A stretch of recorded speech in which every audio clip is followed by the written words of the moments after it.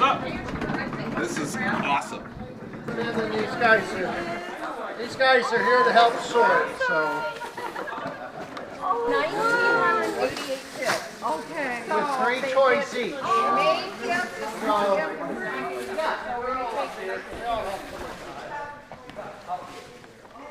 Technically, we count as Santa's little helpers. I don't want to say you have to take this truck for your kid. The parent chooses for the child. Oh, this is So that's what it great. is. So great. Look good. And this is where the center of everything that we do comes from, because it's because of what Jesus has done in our own lives, and that we love him and he loves us, that we're able to just have this energy to do everything else. But this is where really the most important stuff happens in our building, is right here. Amen to that. This is our shelter. This is the shelter dining room. We currently have about 71 residents, men, women, and children. We have 2 lounge areas where they can sit and meet. We have small groups that meet here. AA meetings meet here. Residents, we serve breakfast and supper, hot meals. Lunch is a sack lunch, except for on weekends, and we do a hot meal for the residents on weekends. So this is kind of just a general meeting place for the residents. In the evenings, they come back in the shelter about 4 o'clock, unless there's a reason, if they work overnight or if they're on medical, something is wrong and they really shouldn't be going out, or mothers with small children, then they may stay in.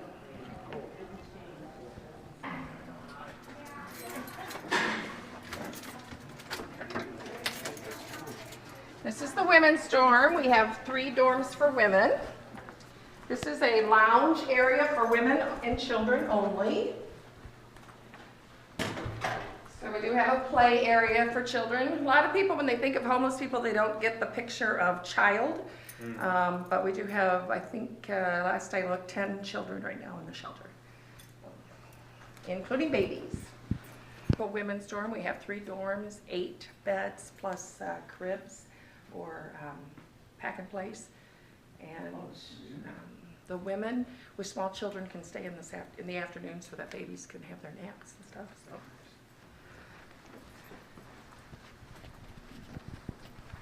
Laundry, we provide the soap, but it doesn't cost anything for them to do their laundry.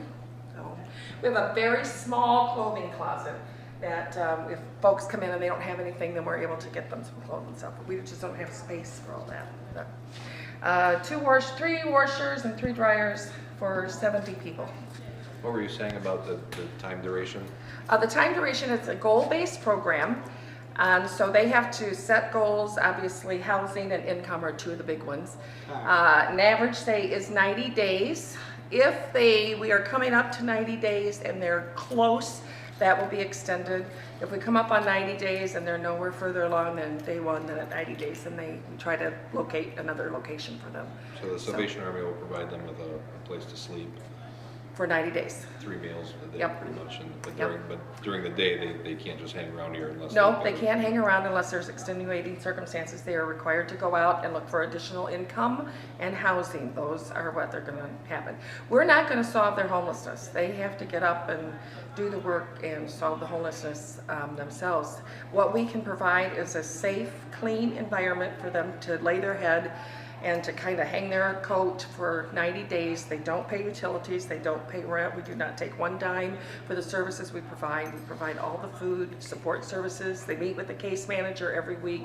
We give them some moral support, some spiritual guidance, and hopefully that's enough to get people back on their feet where they want to move on. We try to make it nice and homey, but it can't be too comfortable because they don't want to get out. So we find that sweet balance between, yes, we love you and we want you to stay forever, Tough love. to you really need to do something. So Now, do you guys help as far as helping them with finding jobs, or? No, we don't have job service. I only have 2 full-time case managers for 70 residents. And so we just don't have that. But anytime we've got a lot of resources in the community and they may say, hey, we're looking for people to do this. So we have a bulletin board, we post things, we do a weekly newsletter, and we'll put things out, hey, we heard, that so-and-so is hiring, somebody's looking for stuff. And That's kind of how we get word out. And those who are motivated will go find, and those who are motivated will not be here 90 days. They really get up and they figure it out and they get going, and that makes a huge difference. How do people get, like if somebody's on the street and they've got children and they need a place, what would you recommend? How would they find you? How would they? Well, they they need to come in because we don't hold beds, we don't save space, just because every single day somebody is calling or coming in looking for beds. So we have 70 beds, and when they're full, and they're always full. So really the best time to call is 9 o'clock in the morning, because then we'll know if somebody's leaving and not returning, or 11 o'clock at night, we'll figure out somebody is not coming back. So at 9 or 11, and you just have to show up. And I don't believe that any person is here by mistake. I believe that when they walked in, it was their time, and then we can give them the help that they need. And it's the hardest part about our job and our staff that work here is telling people, I'm sorry, we're full. We just don't have it. We don't have the staff capability for any more residents. The staff ratio it's very taxing when you've got 70 people who are needing help and assistance and guidance, and there's one person on the phones and one person doing everything, but dollars are just not there for staffing. So food cost and staffing are our biggest expenses that we struggle with every day. What do you recommend to people when you have to, when somebody does come to They the have door a and they've got list. their daughter or son on their shoulder and They have a they've got list no place of warming centers and other shelters that are in, although Southern Macomb County, there really isn't a lot of places to go. If a family comes in at night, we're not going to turn them back out at night. We'll give them a lounge night and have them stay the night, and so that they're safe at night, and then we will help them the next day. We'll try to get them plugged into something else that might be available. Sometimes we've had to do a lounge night if we know that a bed is becoming available in the next few days, then we'll extend a lounge night. But once we start doing that, I mean, we could pack people in here, but then we don't have the resources to serve them. And to keep it safe and to keep it so the chaos is down, because our people that come here, they're already in crisis mode. And to keep them calm and to help them the best way possible, we need to keep boundaries, we need to keep rules, we need to keep structure, and we find that in that kind of structure and in that kind of boundary that people will begin to flourish. Oh, you know, hey, I have a bedtime, I have responsibilities, I have chores, this is how life really works. So that's what we do. Okay. Residents are assigned a chore that they do every day, and it might be something mopping the floors, wiping the tables, doing the dish room. They are on the same chore for 1 week, and then the next week it changes. So if their chore is cleaning the toilets, you know, nobody wants to do that, but it's something that has to be done. And what we remind them is that in their own homes, and like in our homes, we all have to go home after we're tired at the end of the day. You know, we all have to do laundry, we all have to sweep our floors, we all have to make sure our beds are made. And so that's just what's required here in this kind of environment as well. One of our little ones. Our community rooms that we use for small groups. They can play games in here. We'll have a game night for shelter. We will have AA meetings, we'll have life skills groups where we have different people come in, maybe share their story, teach them how to fill out a job interview, how to look when you go for a job interview, just different kinds of like that, how to stretch meals on a budget, anything that we can line up like that, we offer our clients. This is Gail. Gail is our shelter director. This is Joey from the Carpet Guys. Hello. Carpet Guy floor right here. Oh, Thank yeah. you very much. No problem. And Gail oversees the responsibilities and the staff in the shelter. She also serves as a case manager because we're so short help. And she does a fabulous job of just helping just the day-to-day operation of what goes on in the shelter. So, overworked, Nice to meet underpaid, you. happy camper. We're just doing a little tour. Great job. Thank you very much. And this was a dorm room, but when we had to cut staff because of budget, then we didn't want to have the beds in here because it's so hard to turn someone away, but we just can't have any more people with staff and client ratio. So we decided to turn this into a men's only spot, and because we do have fathers with small children, we set up a small area for the kids as well in here, and the guys love it. They, you know, it's, you know, sports most of the time, so they like it in here.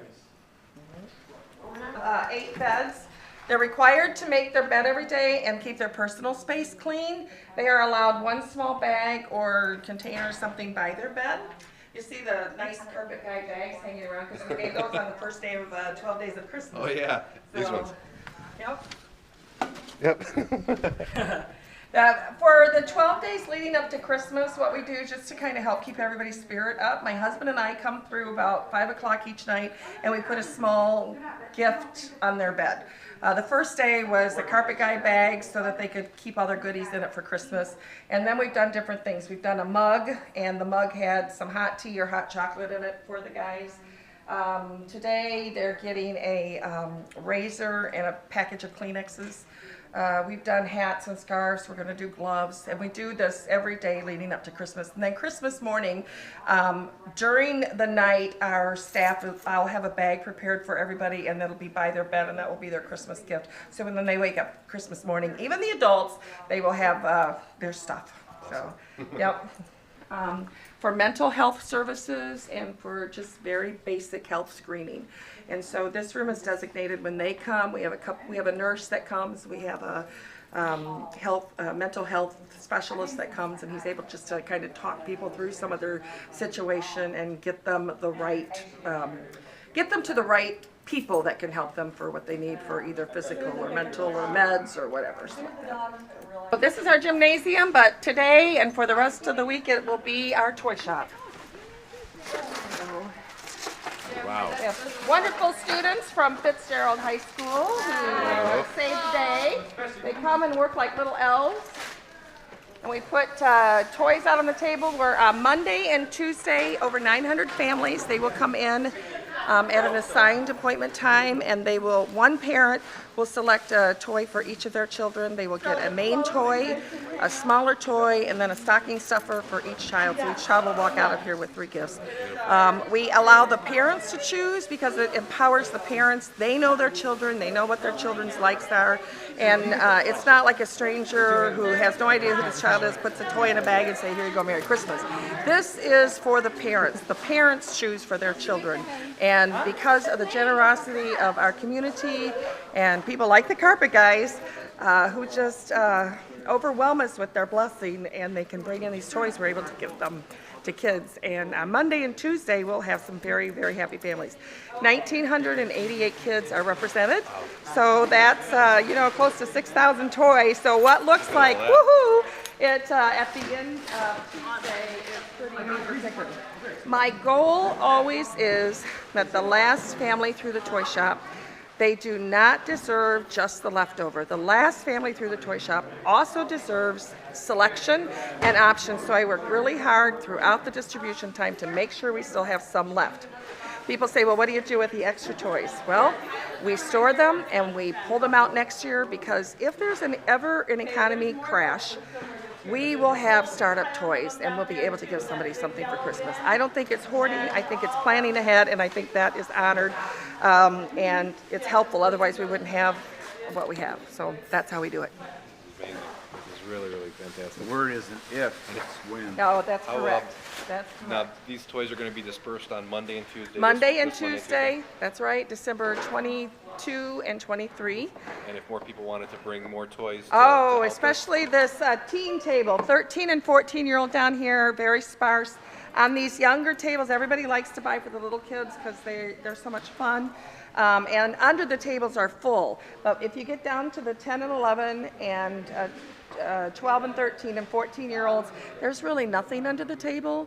And 400 children are represented in those age groups.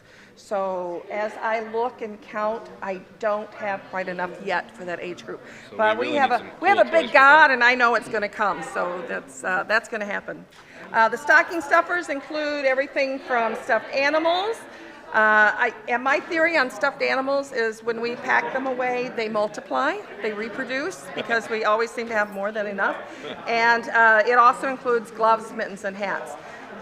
Depending on really what I have, I'd like to be able to give every family gloves, mittens, or hats, but right now the volume, I don't have enough.